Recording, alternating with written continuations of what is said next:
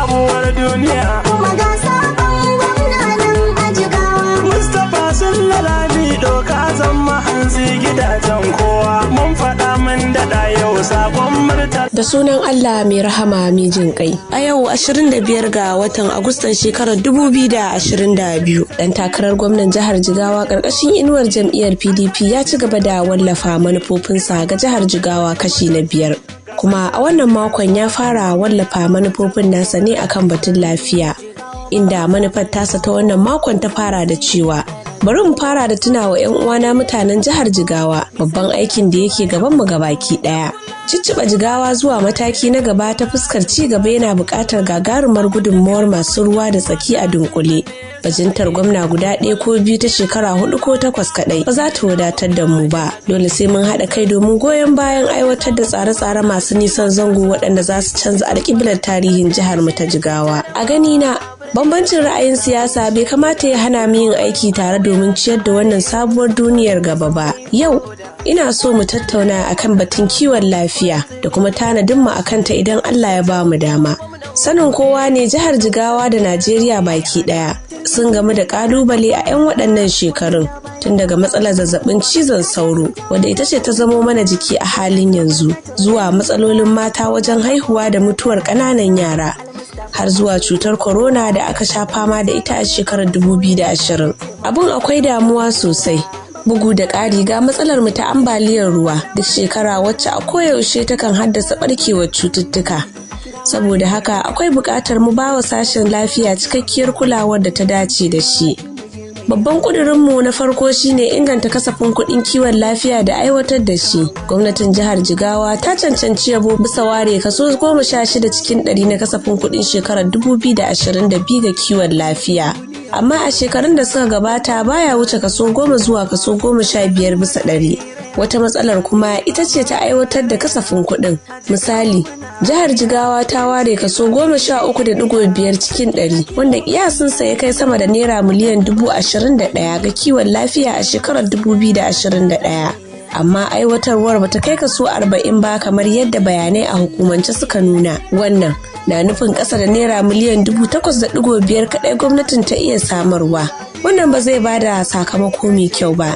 Idan dai ba mun gamu da wasu matsalolin da ba ma zaton su ba, sashen lafiya zai samu kasafin kuɗi mafi tsoka bayan ilimi. Manyan manufofinmu su ne samar da kiwon lafiyar da zai kai ga kowa kuma a ko'ina. Kiwon lafiya a matakin farko ga tsofaffin da suka haura shekaru 70. Awon ciki kyauta ga matan karkara da suke a cikin lunguna. Tallafin kiwon lafiya ga masu bukata ta musamman. Ingantawa tare da ɗaukaka darajar asibitoci domin iya duba babban rashin lafiya da kuma samar da nagartaccen tsarin inshorar lafiya. Menene halin da sashin lafiya yake ciki yanzu a jihar Jigawa? Gaba ɗaya yawan ma'aikatan lafiya na jihar Jigawa bai kai mutum 8,000 ba. Bayanan da muke da su ya nuna mana cewa a yanzu muna da likitoci 156 wanda kalilan daga cikinsu ne manya. A cikinsu masu ilimin haɗa magunguna guda 57 ne. Ma'aikatan jinya da ungozomomi guda 1,503, sai kuma ma'aikatan lafiya a matakan farko da na cikin al'umma guda 4,500. Waɗannan su ne ake sa ran za su kula da akalla mutane miliyan 7 a kiyasce. Ana kuma sa ran duk likita ɗaya yana da mutane sama da 40,000 da zai kula da su. A duk faɗin jihar Jigawa, babban asibiti mallakin jiha wanda kuma tuni an ba da shi a matsayin asibitin koyarwa ga jami'ar tarayya da ke Dutse. Ko da yake ana kan gina guda 2 a Hadeja da Kazaure, amma muna buƙatar ƙari domin cimma buƙatunmu. Muna kuma da cibiyar lafiya ta tarayya da ke birnin Kudu, sai asibitoci matsakaita guda 25 da muke da su har da waɗanda ake kan ginawa, wanda su ma suna fuskantar cunkoso. Don haka suna buƙatar faɗaɗawa, ingantawa da kuma ƙarin ma'aikata. Cibiyoyin lafiya a matakin farko guda 287 da muke da su, ciki har da waɗanda ake kan ginawa, suna cikin mawuyacin halin rashin ma'aikata da kayan aiki.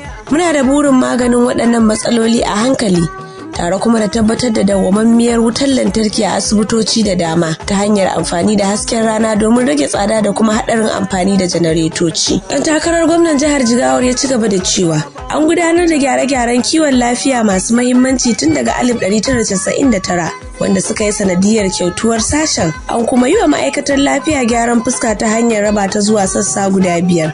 hukumar kula da lafiya a matakin gunduma wato GHSB da kuma makarantun kiwon lafiya wacce ta hada da koyon aikin jinya, babban asibitin ƙwararru, hukumar lafiya mai cin ƙaramin gashin kanta wato JIMSO. Hukumomin lafiya na gunduma guda 9 suna da babbar cibiyarsu a Dutse. A ƙarƙashin su kuma akwai sama da cibiyoyin lafiya 664 da suka hada da matsakaita da ƙananan asibitoci, cibiyoyin kiwon lafiya a matakin farko, manya da ƙananan ɗakunan shan magani. Muna da burin ginawa akan wannan nasarori. Tun kafin a je ko ina da zarar mun samu nasara, cikin yardar Allah za mu samar da daftarin tsare-tsaren da za su sauya fasalin kiwon lafiya a jihar Jigawa. Daga nan za mu shiga aikin gyaran asibitoci da samar da kayan aiki a mataki-mataki.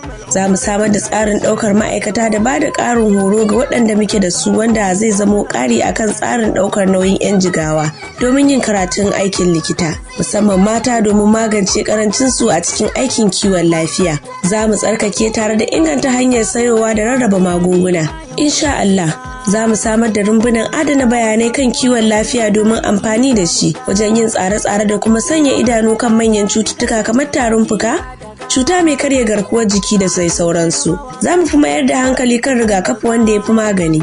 Mafi yawan cutuka sun samo asali ne daga gurɓataccen muhalli. Insha Allah, za mu inganta dokokin tsaftar muhalli tare da yin aiki da su. Za mu zama masu himma maimakon masu hamma wajen ɗaukar mataki. Za mu shiga haɗin gwiwa da masu ruwa da tsaki a ciki da wajen Najeriya, musamman 'yan kasuwa domin inganta harkar lafiya. Insha Allahu za mu asasa ginin katafaren asibitin Shakundun mai dukkan sassan kula da kowace cuta, tare da cikakkun ma'aikata da kayan aikin yin kowane irin gwaji da magani. Zai zamo babbar cibiyar karɓar duk wani abu da ya gagara daga ƙananan hukumomi 27. Idan muka samu nasara a cikin 'yan shekaru, mutanen Jigawa za su daina sintiri zuwa Kano da sauran jihohi domin neman magani. Za mu kafa dokar ta ɓaci akan mutuwar mata masu juna biyu ta hanyar samar da nagartaccen tsarin awon ciki wanda zai kai ga matan birni da karkara da kuma waɗanda suke a cikin lunguna da saƙo a jihar Jigawa. A kiyasin masana 'yan Najeriya suna kashe kimanin naira miliyan 200 duk shekara domin maganin zazzabin cizon sauro. Za mu kaddamar da cikakken yaƙi da malaria a jihar Jigawa. Muna sanar da cewa manufofinmu ba za su samu nasara ba sai da lafiyayyar al'umma. Don haka, za mu iya bakin ƙoƙarinmu domin tabbatar da ingantaccen tsarin kiwon lafiya. Za kuma mu ba da fifiko kan samar da tsarin taimakon gaggawa a faɗin ƙananan hukumomi 27. Za mu yi amfani da amanar da za ku ba mu wajen ƙirƙira da kuma tafiyar da nagartaccen tsarin kiwon lafiya wanda zai taimaka wajen samar da lafiyayyar al'umma mai karsashi a jihar Jigawa. Na gode. Gobe ta Allah ce. Maga sabon gwamna nan a Jigawa.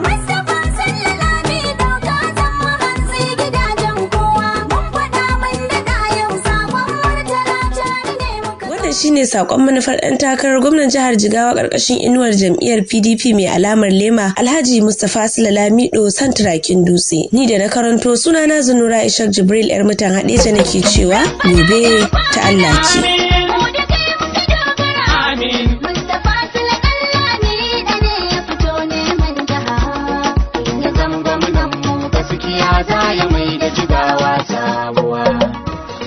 Wanda bai saba ba zan kira shi dan gado ba.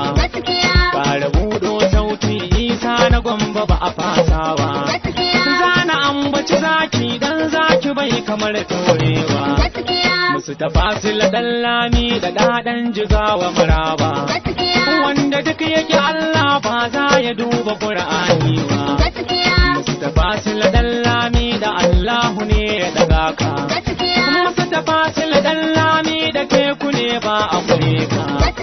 Musu tafasila dan lami da kainuwa ba a jika ka.